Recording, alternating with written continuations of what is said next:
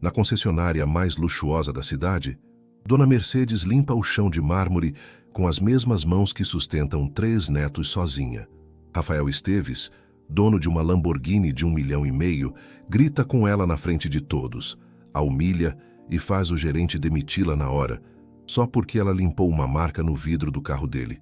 Ele não sabia que aquele vídeo de humilhação ia viralizar com 50 milhões de visualizações.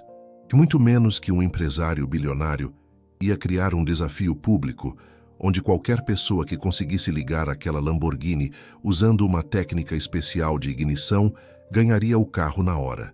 Mas o que ninguém esperava é que Dona Mercedes, a faxineira de 68 anos, escondia algo que deixa Rafael de joelhos no palco.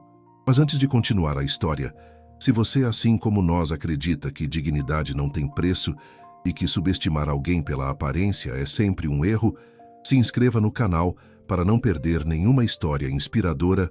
Obrigado. Agora vamos voltar para o vídeo.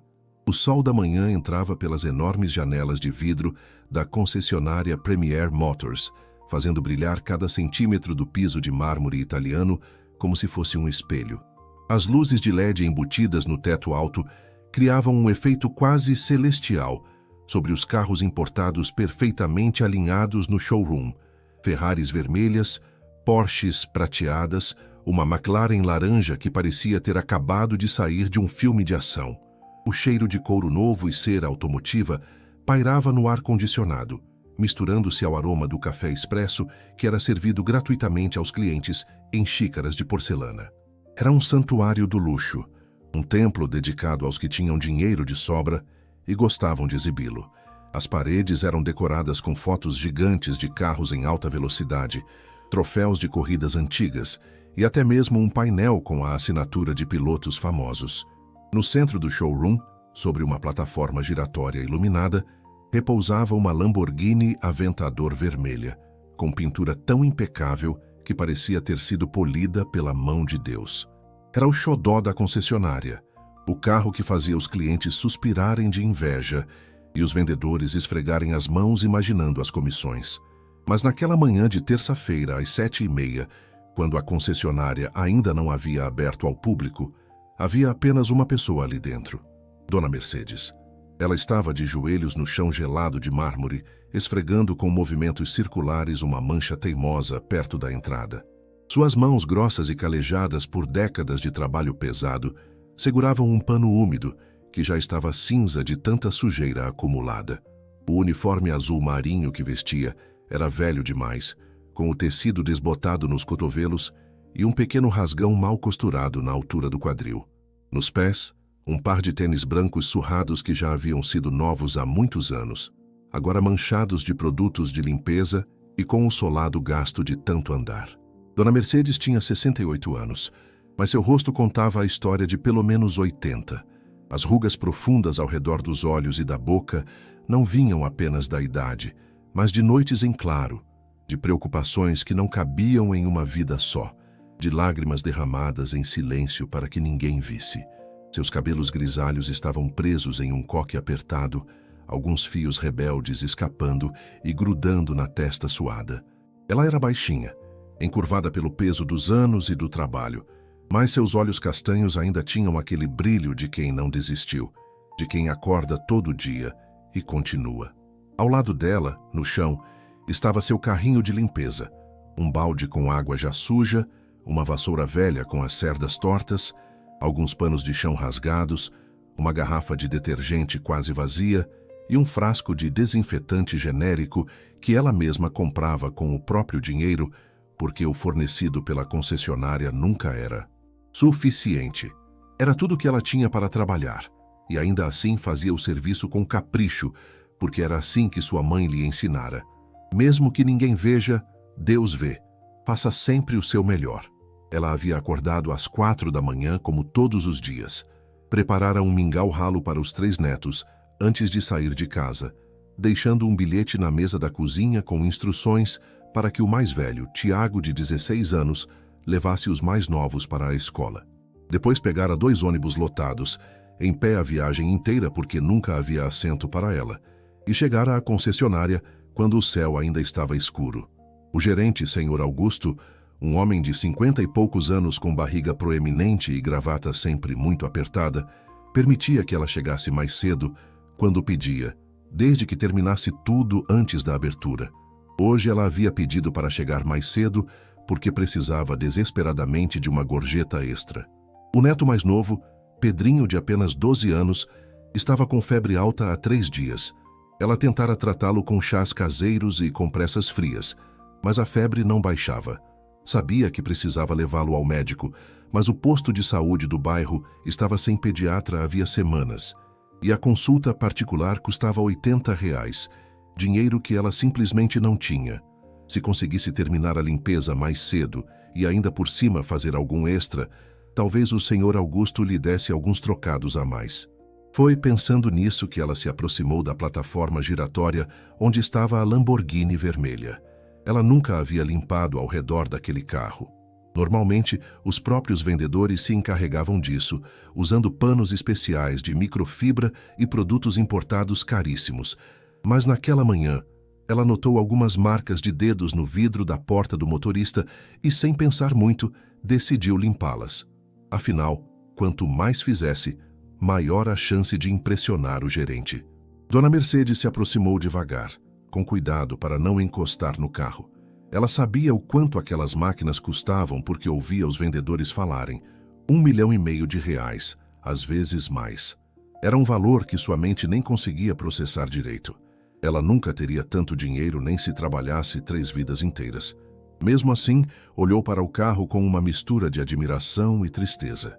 Era bonito, realmente bonito, mas também era a prova viva da distância brutal entre o mundo dela e o mundo de quem frequentava aquele lugar.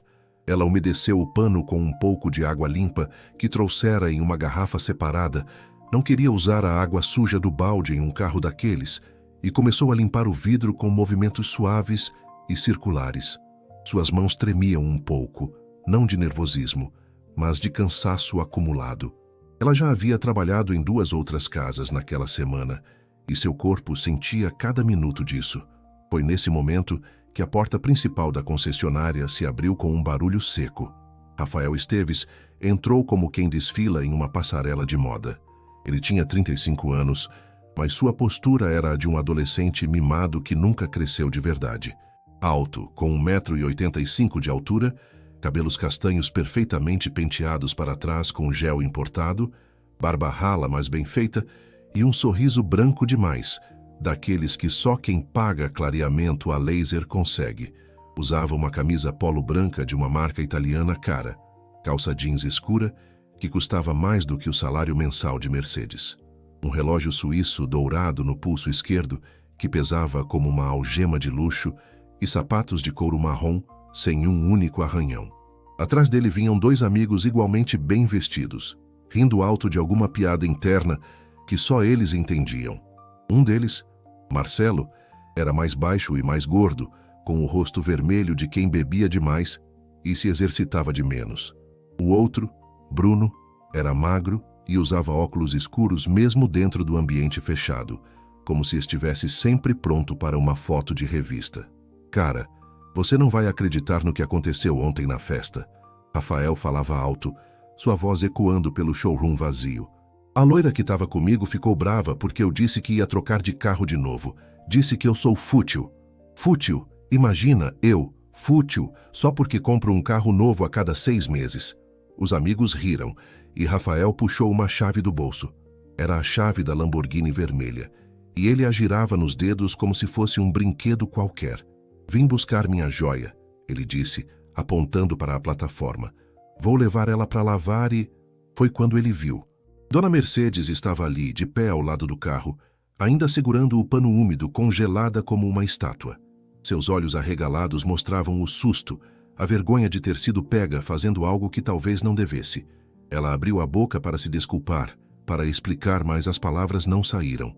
Rafael parou no meio do caminho. Seus olhos se estreitaram e um sorriso cruel começou a se formar nos lábios. Que diabos você está fazendo perto do meu carro? Ele perguntou, sua voz cortante como uma faca. Eu estava apenas limpando uma marca no vidro, senhor. Mercedes respondeu, a voz baixa e trêmula. Eu não encostei no carro, juro. só no vidro, com cuidado. Rafael deu 3 passos largos em direção a ela, e Dona Mercedes instintivamente recuou, tropeçando no próprio pé e cambaleando para o lado. O pano caiu de sua mão e deslizou pelo chão de mármore.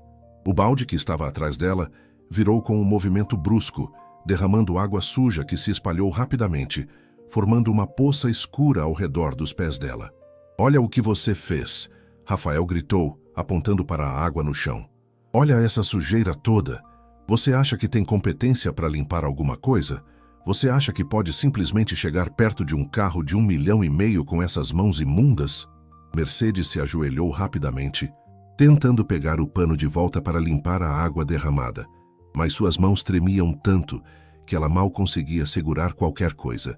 As lágrimas começaram a se formar nos cantos de seus olhos, mas ela as segurou com força. Não ia chorar ali, não ia dar esse gosto. "Mas antes de continuar, me diz uma coisa. Você já passou por uma situação em que foi julgado injustamente por alguém que se acha superior? Pausa o vídeo agora e vai nos comentários contar sua experiência, porque essa história está só começando e você precisa ver o que acontece depois. Gente assim tem que saber o seu lugar." Rafael continuou, agora falando para os amigos como se Mercedes nem estivesse ali. "Olha para ela, cara. Velha, feia, suja, e ainda tem a audácia de chegar perto do meu carro. É por isso que eu digo, pobre tem que ficar longe de coisa de rico. Não sabe nem como se comportar." Marcelo e Bruno riram, e um deles até tirou o celular do bolso para filmar. A cena estava ficando engraçada demais para não registrar. Naquele momento, o gerente Augusto apareceu vindo de seu escritório nos fundos, atraído pelo barulho. Quando viu Rafael ali, seu rosto ficou pálido. Rafael era um dos maiores clientes da concessionária.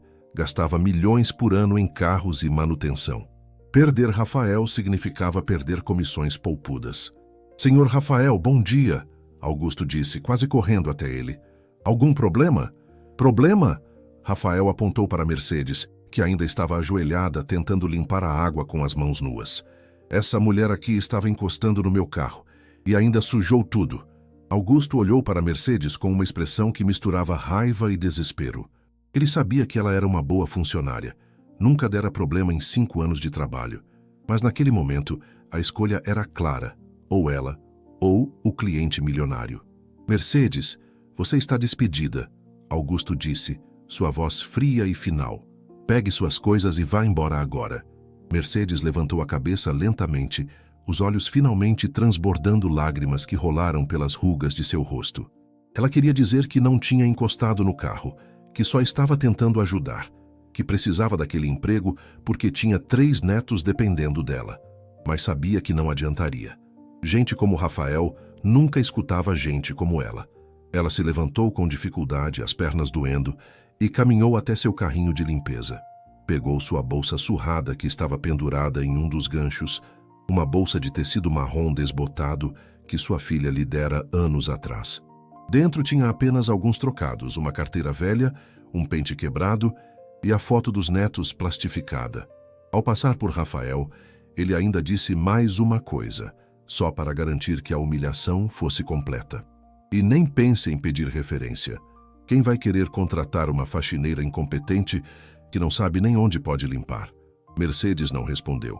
Apenas abaixou a cabeça e seguiu em direção à porta, carregando sua bolsa e sua dignidade ferida. Os amigos de Rafael continuavam rindo, e o vídeo já estava sendo enviado para grupos de WhatsApp, começando sua jornada viral. Enquanto ela saía pela porta, o sol da manhã agora brilhava forte demais, quase cegando. Ela colocou a mão sobre os olhos para se proteger da luz e começou a caminhar pela calçada, sem saber exatamente para onde ir. Não tinha dinheiro para o ônibus de volta, e sua carteira estava vazia.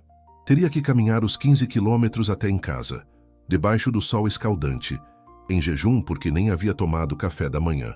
Mas o que ela não sabia ainda era que aquele vídeo, aquele momento de humilhação absoluta, filmado por celulares de 3 homens ricos e entediados, estava prestes a mudar tudo.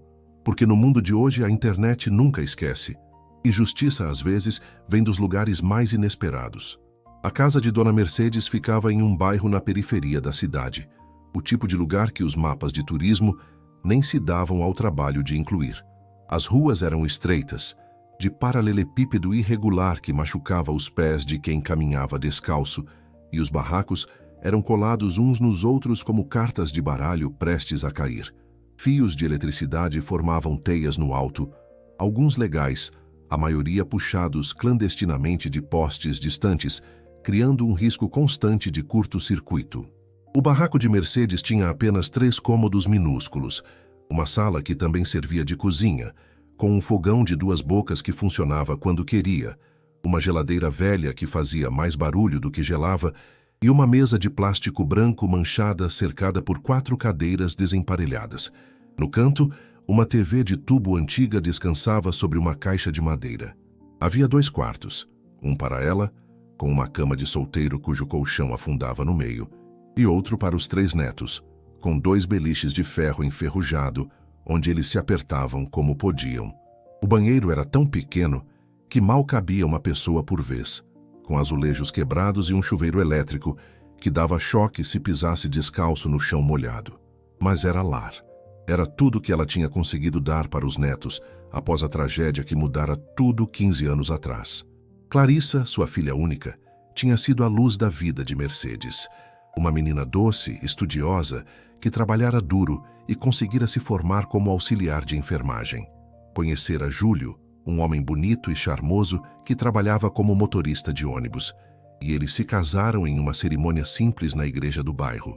Mercedes ainda se lembrava da felicidade no rosto da filha naquele dia, o vestido branco de segunda mão que ela mesma ajudara a ajustar, as flores baratas mas cheirosas que enfeitavam o cabelo de Clarissa. Os netos vieram um após o outro: Tiago, depois Sofia, de 14 anos, e por último Pedrinho. Clarissa era uma mãe dedicada, mesmo trabalhando turnos duplos no hospital para ajudar nas contas. Júlio, no início, parecia ser um bom pai, mas aos poucos a verdade se revelou. Ele bebia demais, gastava o salário em bares e, quando confrontado, se tornava agressivo. Então, veio o diagnóstico: câncer de mama, estágio avançado. Clarissa tinha apenas 33 anos. O tratamento foi brutal. Quimioterapia que a deixava fraca demais para levantar da cama, cabelos caindo aos punhados, dores que nenhum remédio conseguia aliviar completamente. Mercedes assumiu o cuidado dos netos enquanto trabalhava em múltiplos empregos para ajudar com as despesas médicas que o SUS não cobria. Júlio, incapaz de lidar com a situação, começou a sumir por dias. Bebia mais, voltava menos. Clarissa lutou por 2 anos. No final, seu corpo pequeno e consumido mal conseguia respirar sozinho.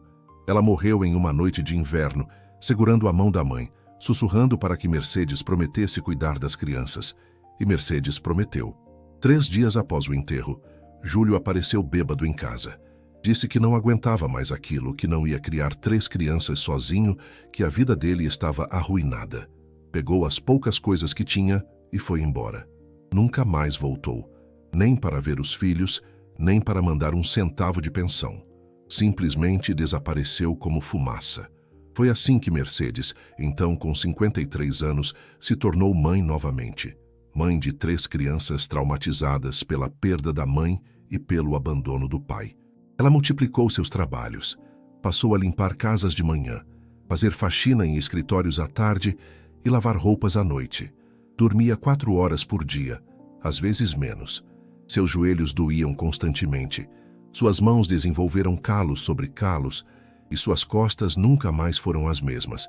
Mas ela nunca reclamou na frente dos netos.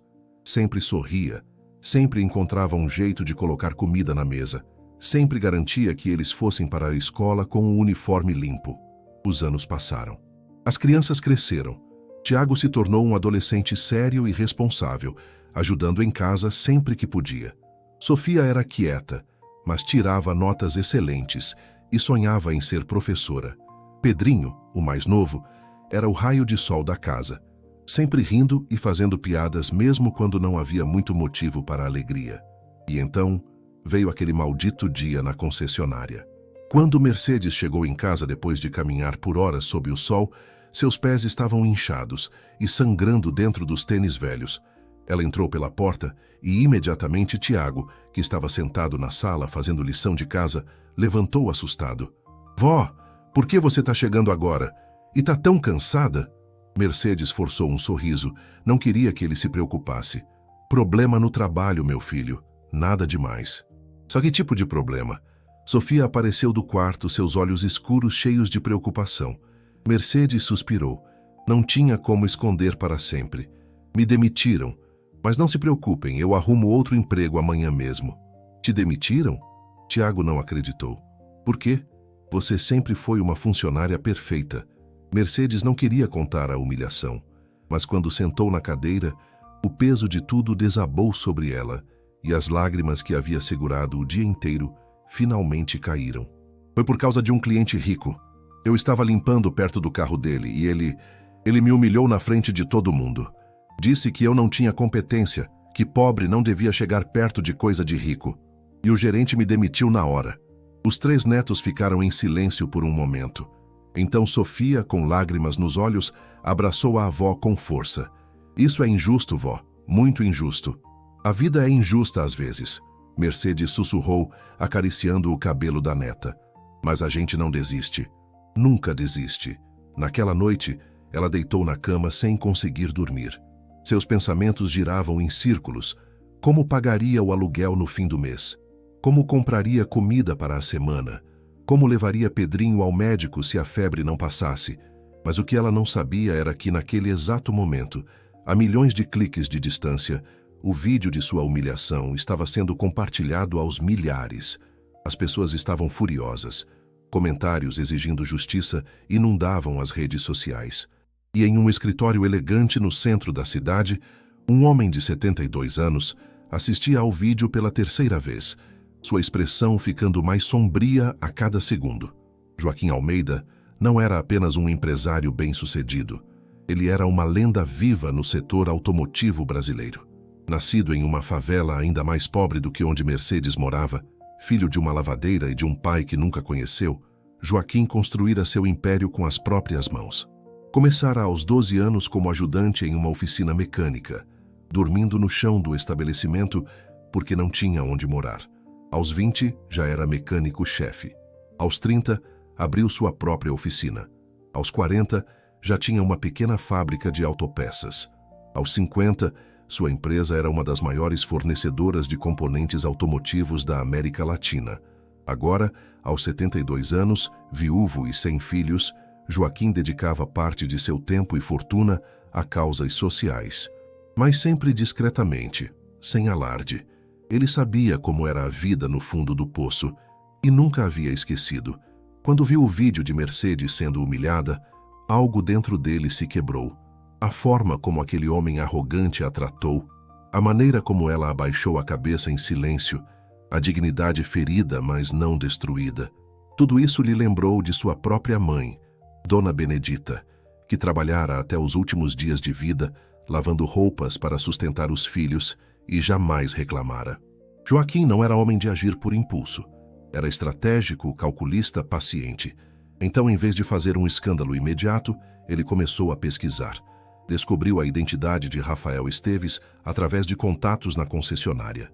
Descobriu que o jovem era filho de empresários falecidos, herdeiro de uma fortuna considerável que vinha dilapidando em ritmo alarmante. Descobriu também onde Mercedes morava, através do RH da concessionária, e decidiu que era hora de agir. Na manhã seguinte, Mercedes estava sentada na mesa da cozinha, folheando classificados de emprego no jornal velho que o vizinho lhe emprestara, quando bateram na porta. Ela se levantou devagar, ainda dolorida da caminhada do dia anterior, e abriu. Um homem alto, de cabelos brancos perfeitamente penteados, terno cinza impecável e um sorriso gentil, estava parado ali. Dona Mercedes? Ele perguntou, sua voz grave, mas amável. Sim, sou eu, ela respondeu confusa. Posso ajudar? Na verdade, sou eu que vim ajudar a senhora. Meu nome é Joaquim Almeida, será que podemos conversar? Cá entre nós, querido ouvinte. Se um desconhecido rico aparecesse na sua porta oferecendo ajuda, você confiaria? Deixa eu te perguntar uma coisa. Será que dá para acreditar em bondade vinda de estranhos, ou a vida já te ensinou a desconfiar? pausa o vídeo agora e vai nos comentários contar sua resposta, porque a história está ficando cada vez mais intensa. Mercedes hesitou. Naquele bairro, estranhos bem vestidos geralmente não traziam boas notícias. Mas havia algo nos olhos daquele homem, uma sinceridade que ela não conseguia ignorar. Ela o deixou entrar. Sentados à mesa de plástico da cozinha, Joaquim explicou quem era e por que estava ali. Contou sobre sua própria infância pobre, sobre sua mãe lavadeira, sobre como construíra tudo do zero. E então disse algo que fez os olhos de Mercedes se arregalarem. Eu vi o vídeo do que aconteceu com a senhora na concessionária, e isso me revoltou profundamente. A senhora foi tratada de forma cruel e injusta. Então vim aqui fazer uma proposta. Ele tirou um envelope do bolso interno do paletó e colocou sobre a mesa. Quero oferecer à senhora um emprego na minha empresa. Supervisora de limpeza, com salário de R$ 3.500 por mês, plano de saúde completo para a senhora e seus netos e uma casa no bairro Vila Verde. Simples, mas confortável. Aluguel pago pela empresa. Mercedes ficou em silêncio por um longo minuto. Seus olhos se encheram de lágrimas novamente, mas dessa vez eram lágrimas diferentes. Por que o senhor está fazendo isso? Ela perguntou, sua voz quebrando. Eu não sou ninguém. Sou só uma faxineira velha. Joaquim sorriu com tristeza. Porque a senhora me lembra minha mãe, e porque algumas injustiças deste mundo precisam ser corrigidas. Mercedes aceitou. Nos dias seguintes, ela e os netos se mudaram para a casa em Vila Verde. Era pequena, apenas 2 quartos, uma sala e uma cozinha, mas tinha piso de verdade, janelas com vidro, banheiro com chuveiro que não dava choque. Para eles, era um palácio. Tiago conseguiu uma vaga em uma escola melhor. Sofia ganhou uma bolsa para aulas de reforço. Pedrinho foi levado ao médico, diagnosticado com uma infecção tratável, e se recuperou completamente em uma semana. A vida, pela primeira vez em muito tempo, parecia estar dando certo. Mas Joaquim tinha outros planos. Planos que envolviam justiça e lições que Rafael Esteves nunca esqueceria. Enquanto Mercedes florescia em sua nova vida, Joaquim investigava Rafael com a meticulosidade de um detetive. Descobriu que, apesar da ostentação nas redes sociais, o rapaz estava quebrado. A herança que recebera, cerca de 12 milhões de reais em imóveis, investimentos e dinheiro, havia sido praticamente esgotada em apenas 8 anos. Carros trocados constantemente, festas em iates alugados, viagens internacionais em jatos particulares, roupas de marca, relógios caríssimos. Rafael vivia além de suas possibilidades e agora estava sustentando a fachada através de empréstimos bancários com juros altíssimos. Joaquim, usando contatos poderosos no mercado financeiro, começou a comprar discretamente as dívidas de Rafael. Primeiro, os empréstimos menores de cartão de crédito. Depois, um financiamento de carro. Por fim, até a hipoteca de seu apartamento de luxo em bairro nobre. Tudo feito através de empresas de fachada, de forma que Rafael nem desconfiasse quem era o verdadeiro credor. Quando o montante das dívidas já ultrapassava 2 milhões de reais, Joaquim ativou a segunda fase do plano. Através de uma empresa de marketing digital que controlava, criou um evento chamado Desafio da Redenção, um programa de entretenimento online onde pessoas que haviam cometido erros públicos teriam a chance de redimir sua imagem, participando de desafios ao vivo. A isca foi lançada diretamente a Rafael através de seus advogados, que receberam uma proposta tentadora. Se ele participasse do evento, todas as suas dívidas seriam perdoadas publicamente como parte do espetáculo. Rafael, desesperado e sem alternativas, aceitou sem ler as letras miúdas do contrato. O evento foi marcado para dali a 3 semanas, na Praça da Liberdade, no centro da cidade, com transmissão ao vivo para todo o país através das maiores plataformas de streaming. A divulgação foi massiva. Outdoors, comerciais de TV, redes sociais. Veja Rafael Esteves enfrentar o desafio da redenção. Será que ele consegue limpar sua imagem? E então, Joaquim chamou Mercedes em seu escritório. Dona Mercedes, preciso da sua ajuda para algo muito especial. Ele disse, um brilho de justiça no olhar. Ele explicou o plano inteiro. Mercedes ouviu em silêncio, e quando ele terminou, Ela tinha um sorriso pequeno, mas firme no rosto.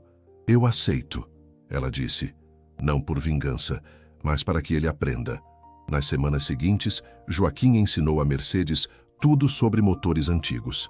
Ele era um apaixonado por carros clássicos e tinha uma coleção particular impressionante. Nos fins de semana, ele a levava para seu galpão privado onde ficavam guardados seus tesouros. Fusquinhas dos anos 60, Chevetes dos anos 70, Opala 4 portas impecavelmente restaurado. Veja, Mercedes, ele dizia, abrindo o capô de um Fusca azul bebê. Os carros modernos são todos eletrônicos, mas os antigos tinham alma e têm técnicas específicas de ignição que poucos sabem hoje em dia. Ele mostrou a ela uma sequência precisa, como bombear o pedal da embreagem 3 vezes antes de girar a chave, como ajustar manualmente o afogador em um ângulo específico, como dar uma leve pressão no acelerador no exato momento certo. Eram técnicas que mecânicos antigos conheciam, mas que a geração atual, acostumada com carros que ligam com um toque de botão, jamais aprenderia. E agora vou te ensinar algo muito especial, Joaquim disse com um sorriso travesso. Como adaptar essa técnica antiga para funcionar em um carro moderno, se alguém fizer uma modificação específica no sistema de ignição. Durante 2 semanas, Mercedes praticou. Suas mãos calejadas, que tanto esfregaram pisos e lavaram roupas, agora aprendiam os segredos de motores e engrenagens. Tiago, Sofia e Pedrinho assistiam fascinados, vendo a avó se transformar em uma espécie de mecânica improvável. Vó, você tá virando uma piloto de corrida, Pedrinho ria, batendo palmas. Mercedes sorria, mas por dentro sentia uma mistura de nervosismo e determinação. Não era sobre se vingar de Rafael. Era sobre mostrar que dignidade não se mede por dinheiro e que subestimar alguém baseado em aparência é sempre um erro. Finalmente, o dia do evento chegou. A Praça da Liberdade estava absolutamente lotada. Mais de 10.000 pessoas se aglomeravam por todos os cantos, algumas chegando desde a madrugada para garantir um bom lugar. Haviam sido montados telões gigantes em todos os lados da praça, e uma estrutura de palco impressionante ocupava o centro, com iluminação profissional, câmeras de cinema e até um drone sobrevoando para capturar imagens aéreas. As transmissões ao vivo já haviam começado há 1 hora, com apresentadores animados aquecendo a multidão, relembrado o vídeo viral da humilhação de Mercedes, que já tinha mais de 15 milhões de visualizações, e especulando sobre o que aconteceria. Nos comentários online, milhares de pessoas digitavam suas opiniões. Esse cara é um nojento, merece tudo de ruim. Será que ele vai se desculpar? Quero ver ele se humilhar como humilhou aquela senhora. Rafael chegou ao local em sua Lamborghini vermelha, escoltado por seguranças do evento. Ele vestia uma camisa branca impecável, calça social preta e um sorriso forçado que tentava esconder o nervosismo. Ao seu lado, seus amigos Marcelo e Bruno, que haviam filmado a humilhação original, também estavam presentes, acreditando que aquilo seria apenas mais uma diversão. O apresentador do evento, um homem jovem de terno azul royal e microfone sem fio, subiu ao palco com energia contagiante. Boa tarde, meu povo. Estão prontos para o desafio da redenção? A multidão rugiu em resposta. Hoje temos aqui Rafael Esteves, o homem que viralizou por todos os motivos errados. A câmera focou em Rafael, que acenou com uma confiança que não sentia. E ele terá a chance de redimir sua imagem através de um desafio muito especial. Rafael subiu ao palco, ainda sem entender completamente o que estava prestes a acontecer. Em seu contrato, dizia apenas que ele participaria de um desafio público envolvendo seu veículo e que, se bem-sucedido, suas dívidas seriam perdoadas. Parecia fácil demais. Senhoras e senhores, o apresentador continuou, sua voz ecoando pelos alto-falantes. O desafio de hoje é simples.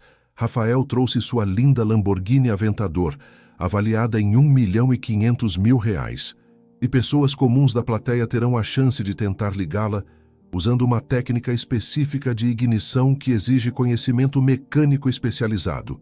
A multidão murmurou confusa. Ligar um carro? Que tipo de desafio era esse? Mas o apresentador ergueu o dedo. Tem um detalhe muito importante. Se qualquer pessoa conseguir ligar o carro seguindo as regras, Rafael terá que cumprir a promessa que ele mesmo fez e que ficou registrada em vídeo. Nos telões começou a rodar um trecho editado de uma entrevista que Rafael dera semanas atrás para um podcast, onde, bêbado e arrogante, ele dissera entre risos: "Meu carro é tão sofisticado que aposto que dou minha Lamborghini para qualquer um que conseguir ligar ela sem a chave eletrônica. Impossível." O rosto de Rafael empalideceu. Ele se lembrava vagamente de ter dito aquilo, mas estava bêbado, não era sério. Ele olhou desesperado para seus advogados na plateia, mas eles apenas apontaram para o contrato que ele havia assinado. Estava tudo lá, nas letras miúdas que ele não se deu ao trabalho de ler. "Impossível voltar atrás agora, campeão," o apresentador disse com um sorriso largo. "Você assinou o contrato concordando que sua própria declaração pública seria vinculativa. Então vamos começar o desafio. Pausa aqui por um segundo e me diz: você acha que ele deveria ter lido o contrato antes de assinar? Ou será que a ganância cega a gente para os perigos? Para o vídeo 1 minutinho e me conta o que você faria se estivesse no lugar dele. Deixa pausado e vai comentar sua resposta."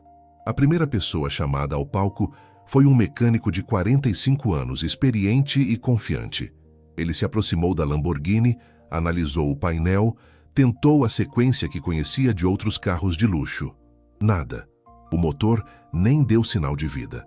Depois veio uma estudante de engenharia automotiva, de apenas 22 anos, que passou 10 minutos tentando diferentes combinações.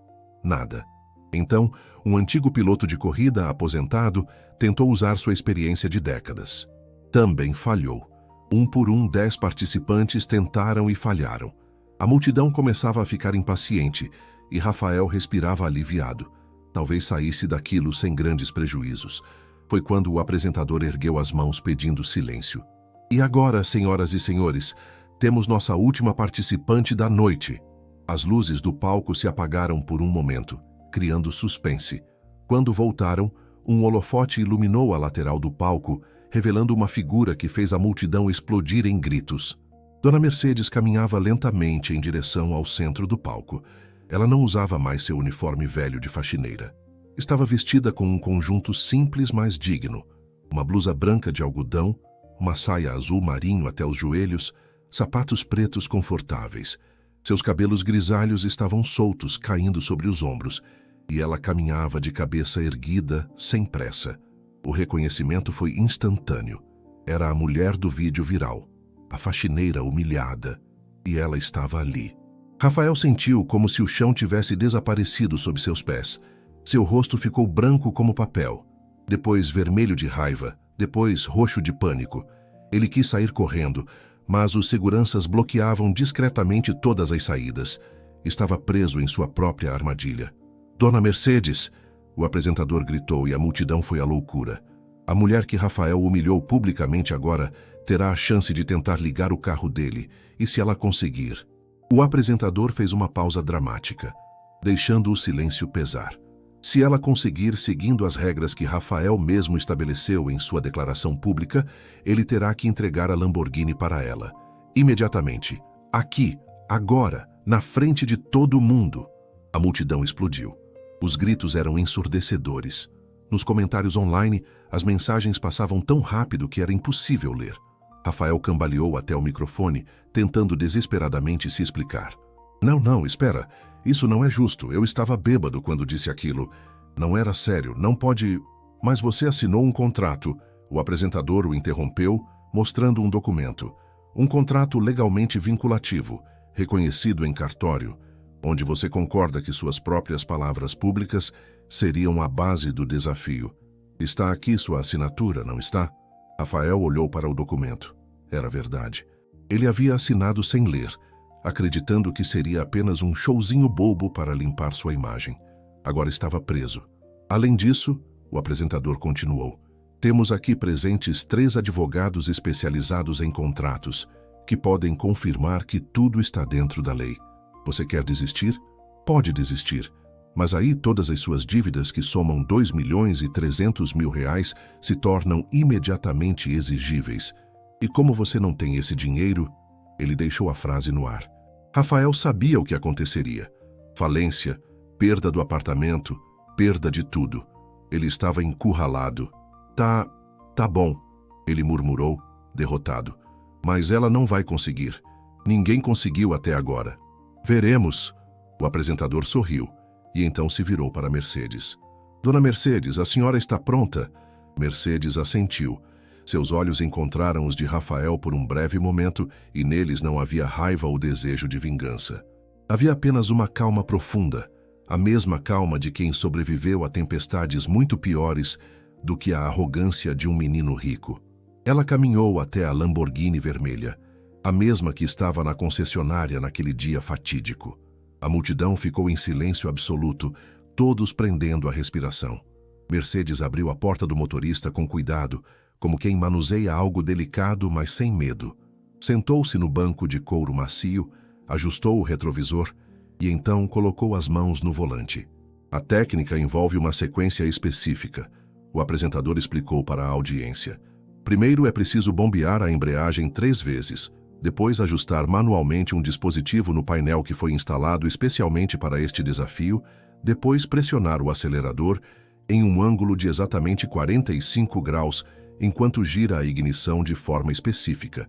É uma combinação de conhecimento de mecânica antiga adaptada para a tecnologia moderna.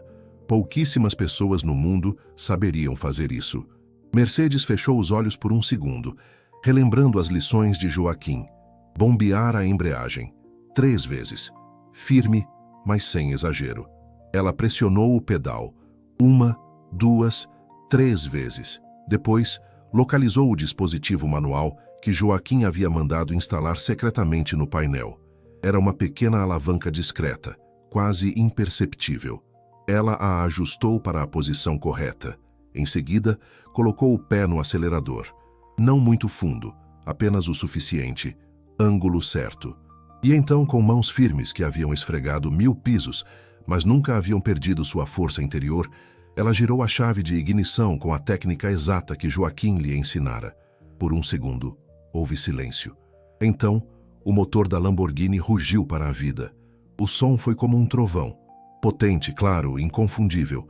O painel se iluminou, os faróis piscaram e o motor continuou funcionando perfeitamente, ronronando como um felino gigante acordando de seu sono. A praça explodiu. 10.000 pessoas gritaram ao mesmo tempo. O som era tão alto que os pássaros voaram assustados das árvores próximas. Nos telões, a câmera capturou o momento exato em que Mercedes, com lágrimas rolando pelo rosto, sorriu. Um sorriso pequeno, tímido, mas genuíno. Rafael caiu de joelhos no palco. Literalmente. Suas pernas não o seguraram mais. Ele colocou as mãos no rosto e começou a soluçar. Um choro de desespero e derrota total. O apresentador correu até Mercedes, que ainda estava dentro do carro, segurando o volante como se não acreditasse no que acabara de fazer. Ela conseguiu! Dona Mercedes conseguiu! Ele gritou para as câmeras. De acordo com as regras estabelecidas pelo próprio Rafael Esteves e confirmadas em contrato legal, esta Lamborghini Aventador agora pertence a Dona Mercedes. A multidão cantava seu nome. Mercedes, Mercedes, Mercedes. Mas a noite ainda não havia terminado, porque foi nesse momento que uma figura surgiu no palco, caminhando com passos firmes e medidos. Joaquim Almeida. O apresentador se afastou respeitosamente quando Joaquim pegou o microfone. Sua presença imponente silenciou a multidão instantaneamente. Todos sabiam quem ele era, uma lenda viva. Boa noite, Joaquim disse, sua voz grave ecoando pela praça. Meu nome é Joaquim Almeida e fui eu quem organizou este evento. Rafael levantou a cabeça, confuso e aterrorizado. Eu vi o vídeo de Rafael humilhando Dona Mercedes, Joaquim continuou. E isso me revoltou profundamente. Mas eu não queria apenas dar um carro para ela. Queria dar uma lição sobre respeito, sobre dignidade e sobre as consequências de se achar superior a outras pessoas. Ele se virou para Rafael. Rafael, você herdou 12 milhões de reais de seus pais, dinheiro que eles suaram para ganhar. E o que você fez? Esbanjou tudo em carros, festas, ostentação vazia. Hoje você deve 2.300.000 reais. E sabe de quem? De mim. Eu comprei todas as suas dívidas. O rosto de Rafael ficou cinza. Mas eu sou um homem justo, Joaquim disse. Então vou te dar uma escolha. Primeira opção. Você declara falência agora, perde seu apartamento, perde tudo que ainda tem e começa do zero sem nada. Rafael gemeu. Segunda opção. Você aceita trabalhar por um ano inteiro como faxineiro em uma das minhas fábricas. Turno noturno, 8 horas por dia, ganhando um salário mínimo. Durante esse ano você vai aprender o valor do trabalho honesto. Vai sentir o cansaço nas costas, as mãos calejadas, a humildade de fazer um trabalho que a sociedade desvaloriza, mas que é essencial. E no final desse ano, se você cumprir direitinho, eu perdoo metade de sua dívida e te dou a chance de recomeçar com dignidade. Agora me fala sinceramente. Se você fosse o Rafael, o que escolheria? A falência imediata ou um ano de trabalho duro para aprender humildade? Deixa pausado e me conta nos comentários, porque essa decisão vai mudar tudo. Rafael estava tremendo. Ele olhou para a multidão, para as câmeras, para Mercedes, que ainda estava sentada na Lamborghini, e finalmente para Joaquim. Eu aceito a segunda opção, ele sussurrou. Mais alto, Joaquim ordenou. Quero que todos ouçam. Eu aceito, Rafael gritou, sua voz quebrando. Eu aceito trabalhar, eu aceito aprender, por favor. Joaquim assentiu. Ótimo, você começa segunda-feira, 6 da manhã, não se atrase. E então ele se virou para Mercedes, que havia saído do carro e estava de pé, ainda em choque. Dona Mercedes, Joaquim disse agora com um sorriso gentil, esta Lamborghini agora é oficialmente sua. Aqui está a documentação, já transferida para seu nome. Um homem de terno surgiu com uma pasta de documentos, tudo devidamente carimbado e assinado. Mas eu sei que a senhora não precisa de um carro de 1,5 milhão. Joaquim continuou. Então, se quiser, posso ajudá-la a vendê-lo por um valor muito bom. Conheço colecionadores que pagariam até R$ 1,6 milhão por este modelo específico neste estado de conservação. Mercedes não conseguia falar. Apenas balançou a cabeça, concordando. E com esse dinheiro, Joaquim disse, a senhora pode comprar uma casa própria, investir na educação de seus netos e ainda criar um fundo de ajuda para outras mulheres que passam pelo que a senhora passou.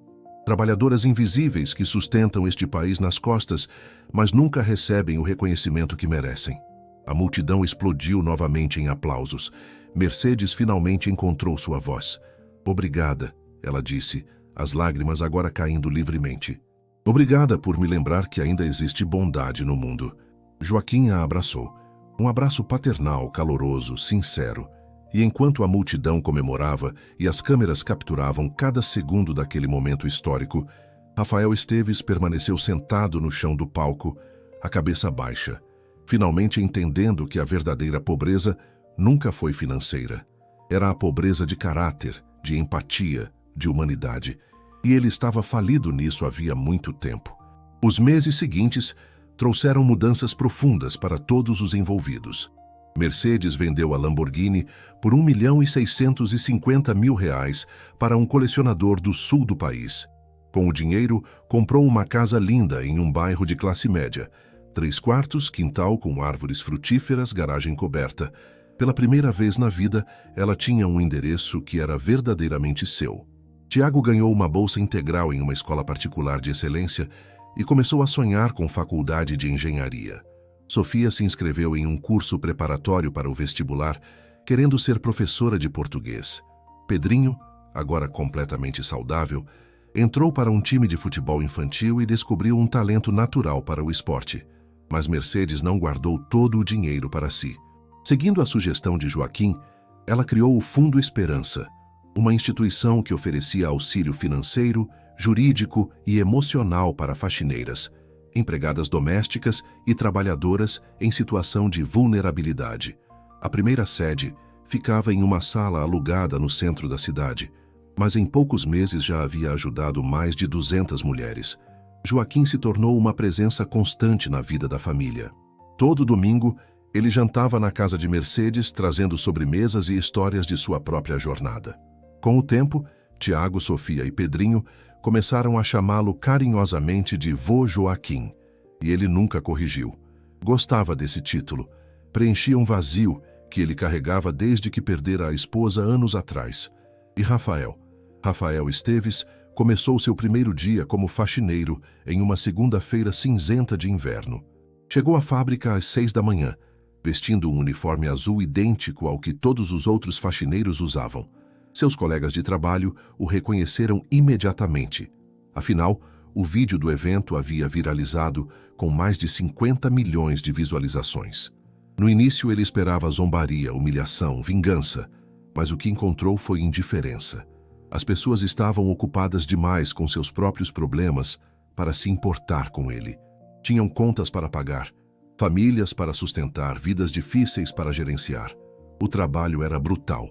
Rafael esfregava pisos industriais por 8 horas seguidas, carregava sacos pesados de lixo, limpava banheiros que faziam seu estômago revirar. Suas mãos, que nunca haviam segurado nada mais pesado que um controle de videogame, desenvolveram bolhas dolorosas que estouravam e sangravam. Suas costas doíam tanto que ele mal conseguia se levantar da cama algumas manhãs. Mas algo começou a mudar dentro dele. No terceiro mês, uma das faxineiras mais antigas, Dona Lourdes, de 62 anos, caiu e torceu o tornozelo. Rafael, sem pensar duas vezes, a ajudou a se levantar, a levou até a enfermaria e assumiu o turno dela para que não perdesse o dia de trabalho. "Por que você fez isso?" ela perguntou, surpresa. Rafael hesitou. Porque é o certo." No quinto mês, ele começou a chegar mais cedo para ajudar os colegas com as tarefas mais pesadas. Descobriu que havia uma satisfação estranha em ver um piso brilhando depois de esfregá-lo com capricho, em saber que seu trabalho, por mais simples que fosse, fazia diferença. No oitavo mês, durante uma conversa no refeitório, ele finalmente teve coragem de contar sua história completa para os colegas. Como havia desperdiçado milhões, como havia tratado pessoas com desprezo, como achava que dinheiro o tornava superior. "Eu era um idiota", ele disse, a voz embargada. "E só percebi isso quando perdi tudo, e fui obrigado a trabalhar de verdade. Vocês fazem isso todo dia há anos, e eu os olhava como se fossem invisíveis. Me desculpem." Dona Lourdes colocou a mão sobre o ombro dele. "O importante não é de onde a gente vem, meu filho. É para onde a gente vai." No 10º mês, Rafael recebeu uma visita inesperada. Era Joaquim Almeida, fazendo uma inspeção surpresa na fábrica. "Vim ver como você está se saindo", Joaquim disse, analisando Rafael de cima a baixo. Rafael estava irreconhecível. Havia emagrecido 20 quilos, não por dieta ou academia, mas pelo trabalho físico constante. Seus cabelos, antes sempre perfeitamente penteados com gel caro, agora eram simples e curtos. Suas mãos estavam calejadas, mas o mais importante, seus olhos não tinham mais aquela arrogância vazia. Havia algo diferente ali. Humildade, compreensão. "Estou aprendendo", Rafael respondeu honestamente. "Nunca imaginei que trabalho duro fosse tão difícil e ao mesmo tempo tão importante." Joaquim assentiu. "Você tem mais 2 meses de contrato. Cumpra até o final, e eu cumpro minha palavra." E Rafael cumpriu. No dia em que completou 1 ano exato, Joaquim o chamou para uma reunião em seu escritório. Rafael entrou nervoso, usando o mesmo uniforme de faxineiro que vestia todos os dias. "Sente-se", Joaquim ordenou. Ele empurrou um documento pela mesa. "Parabéns, você completou o ano. Como prometi, metade de sua dívida está perdoada. Os outros R$1.150.000 você pode pagar em parcelas mensais de R$2.500 pelos próximos 15 anos. É apertado, mas viável se você trabalhar com honestidade." Rafael pegou o documento, os olhos se enchendo de lágrimas. "Obrigado. Obrigado mesmo. Mas eu tenho uma proposta adicional", Joaquim disse. "Você mostrou dedicação neste ano, melhorou como pessoa. Então estou oferecendo uma vaga como supervisor assistente de manutenção em uma de minhas fábricas menores. Salário de R$3.500 por mês. Não é muito, mas é o bastante para começar de novo com dignidade." Rafael mal podia acreditar. Você está me dando uma segunda chance?" "Todo mundo merece uma segunda chance", Joaquim disse, "mas só se estiver disposto a mudar de verdade." Rafael aceitou. E mais do que isso, decidiu que precisava fazer uma última coisa antes de seguir em frente. Era um domingo ensolarado, quando Rafael bateu na porta da casa de Mercedes. Ele estava nervoso, suando frio, segurando um buquê de flores modestas que comprara com seu próprio dinheiro. Tiago abriu a porta, reconheceu Rafael imediatamente e seu rosto se fechou. O que você quer aqui? Eu queria falar com sua avó. Por favor, só 5 minutos. Tiago hesitou, mas Mercedes apareceu atrás dele. Tudo bem, meu neto. Deixa ele entrar. Eles se sentaram na sala. Rafael, agora magro e humilde, segurava o buquê com mãos que tremiam. Dona Mercedes, ele começou, a voz falhando. Eu vim pedir desculpas, de verdade, pelo que eu fiz com a senhora naquele dia, pela forma cruel como a tratei, pela arrogância, pela maldade. Ele respirou fundo. Passei 1 ano trabalhando como faxineiro, e todo dia, quando minha costa doía e minhas mãos sangravam, eu me lembrava da senhora. De como a senhora fez esse trabalho por décadas, sustentando uma família inteira e ainda manteve sua dignidade. Eu era um merda. Desculpa a palavra, mas eu era. Mercedes o observava em silêncio. Hoje eu entendo, Rafael continuou, que a senhora é 1000 vezes mais rica do que eu jamais fui. Porque riqueza não é dinheiro, é caráter, é força, é amor pela família. E nisso, a senhora é milionária. Ele estendeu as flores. Eu não espero que me perdoe. Só queria que soubesse que eu mudei. E que tudo que aprendi neste ano, aprendi por sua causa. Mercedes pegou as flores, cheirou-as delicadamente e então sorriu. Eu já te perdoei faz tempo, meu filho. Porque guardar raiva só envenena a gente mesmo. Você errou, pagou por isso e aprendeu. É isso que importa. Ela se levantou e, para a surpresa de Rafael, o abraçou. Agora vai lá e constrói uma vida melhor. Ajuda outras pessoas, seja gentil e nunca mais esqueça de onde você veio e do que aprendeu. Rafael saiu daquela casa chorando, mas eram lágrimas de libertação. 2 anos se passaram. A casa de Mercedes agora tinha um jardim florido que ela mesma cuidava. Tiago entrou na faculdade de engenharia com bolsa integral. Sofia foi aprovada em letras e começou a dar aulas voluntárias para crianças da periferia. Pedrinho ganhou um campeonato regional de futebol e recebeu propostas de times juvenis. O Fundo Esperança cresceu e agora tinha 3 sedes em diferentes bairros, tendo ajudado mais de 1.200 mulheres trabalhadoras. Mercedes, agora aos 70 anos, continuava supervisionando a limpeza na empresa de Joaquim, mas apenas 3 vezes por semana, porque também precisava tempo para cuidar do fundo e da família. Joaquim, aos 74 anos, celebrava todos os domingos com a família que escolhera. Em sua última festa de aniversário, cercado por Mercedes, Tiago, Sofia, Pedrinho e diversos funcionários que se tornaram amigos, ele fez um discurso que emocionou a todos. Passei a vida construindo uma empresa, mas só nos últimos anos descobri o que realmente importa: construir uma família. Vocês me deram isso. Rafael, agora supervisor de manutenção, conseguira quitar metade de sua dívida adiantadamente através de trabalho duro e economia rigorosa. Ele vivia em um apartamento simples, dirigia um carro popular usado e dedicava seus fins de semana a projetos sociais. Havia começado um grupo de apoio para jovens herdeiros, ensinando-os a valorizar dinheiro e trabalho antes que cometessem os mesmos erros que ele. Em uma tarde, Rafael cruzou com Mercedes na rua por acaso. Eles conversaram brevemente, atualizando-se sobre suas vidas. Antes de se despedirem, Mercedes disse algo que ficaria gravado na memória dele para sempre. Sabe, Rafael, você perdeu uma Lamborghini naquele dia, mas ganhou algo muito mais valioso, ganhou sua alma de volta. E enquanto cada um seguia seu caminho sob o sol da tarde, Mercedes olhou para o céu e sussurrou uma prece de agradecimento. Não pela vingança, não pelo dinheiro, mas pela lição que todos haviam aprendido. A verdadeira riqueza nunca esteve nos carros de luxo, nos apartamentos caros ou nas contas bancárias gordas. A verdadeira riqueza estava nas mãos calejadas que trabalharam com honestidade, nos abraços apertados de netos amados, na dignidade mantida mesmo nas piores tempestades e na capacidade de perdoar aqueles que nos feriram. Porque no final, quando tudo se foi, e só resta o que realmente importa, percebemos que os ricos de verdade são aqueles que amam, que lutam, que se levantam depois de cair e que estendem a mão para ajudar os outros a se levantar também.